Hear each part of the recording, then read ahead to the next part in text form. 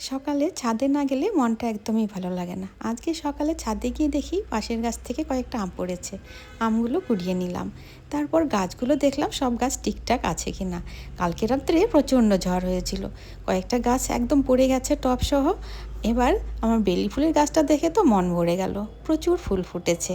এরপর ফুল তুলে নিয়ে এসে স্নান করে ঘরের পুজোটাও সেরে নিলাম। দুপুরের জন্য রান্না করতে হবে, তার জন্য চা খেয়েই রান্নার প্রিপারেশনগুলো নিয়ে নিলাম। আজকে রান্না করব মসুর ডাল। মসুর ডালগুলো পরিষ্কার করে ধুয়ে নিয়েছি, প্রেসার কুকারে সেদ্ধ করে নিয়েছি। একটা বাটিতে ঢেলে ওর মধ্যে ধনেপাতা কুচি, পরিমাণ মতো লবণ, হলুদ দিয়ে খুব ভালো করে মিশিয়ে নিয়েছি। একটু গরম জল দিয়ে দিয়েছিলাম। এবার একটা তড়কা প্যানে সর্ষের তেলে পাঁচফোড়ন আর শুকনো লঙ্কা ফোড়ন দিয়ে সেই ফোড়নগুলো ওর মধ্যে খুব ভালো করে মিশিয়ে দিয়েছি। একটা সবজি রান্না করব, লাউ ডাঁটা, ঝিঙে আর আলু দিয়ে। ওর মধ্যে কয়েকটা পনির দিয়ে একটা মেশানো সবজি রান্না করেছিলাম।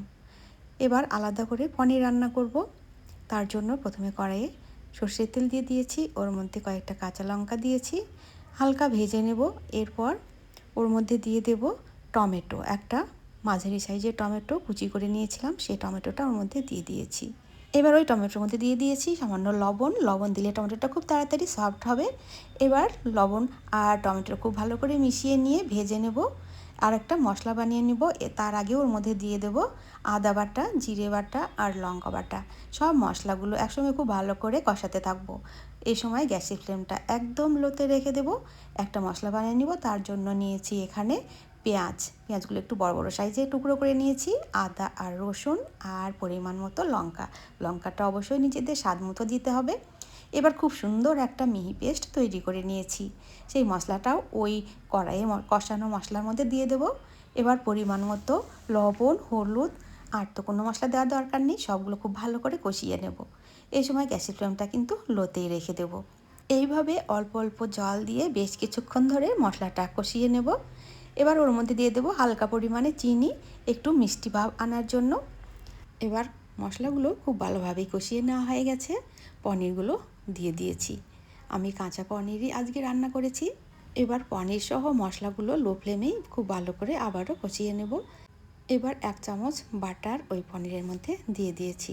বাটারগুলো পনিরের সঙ্গে খুব ভালো করে মিশিয়ে নেওয়ার পর একটু ধনেপাতা কুচি উপর থেকে দিয়ে 2-3 মিনিটের মতো গ্যাসটা অফ করে দিয়ে ঢেকে রাখবো। তারপর নামিয়ে নিলেই রেডি মশলা পনির।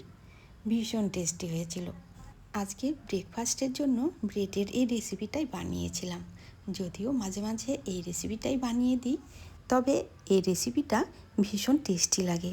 4 পিস ব্রেড প্রথমে বাটার দিয়ে ভেজে নিয়েছিলাম, তারপর ওর মধ্যে চিজ আর চিনি দিয়ে গ্যাস অফ করে 5 মিনিটের মতো ঢেকে রেখে তারপর খাবারের ডিশে সাজিয়ে দিয়েছিলাম 1 কাপ কড়া করে কফি বানিয়ে।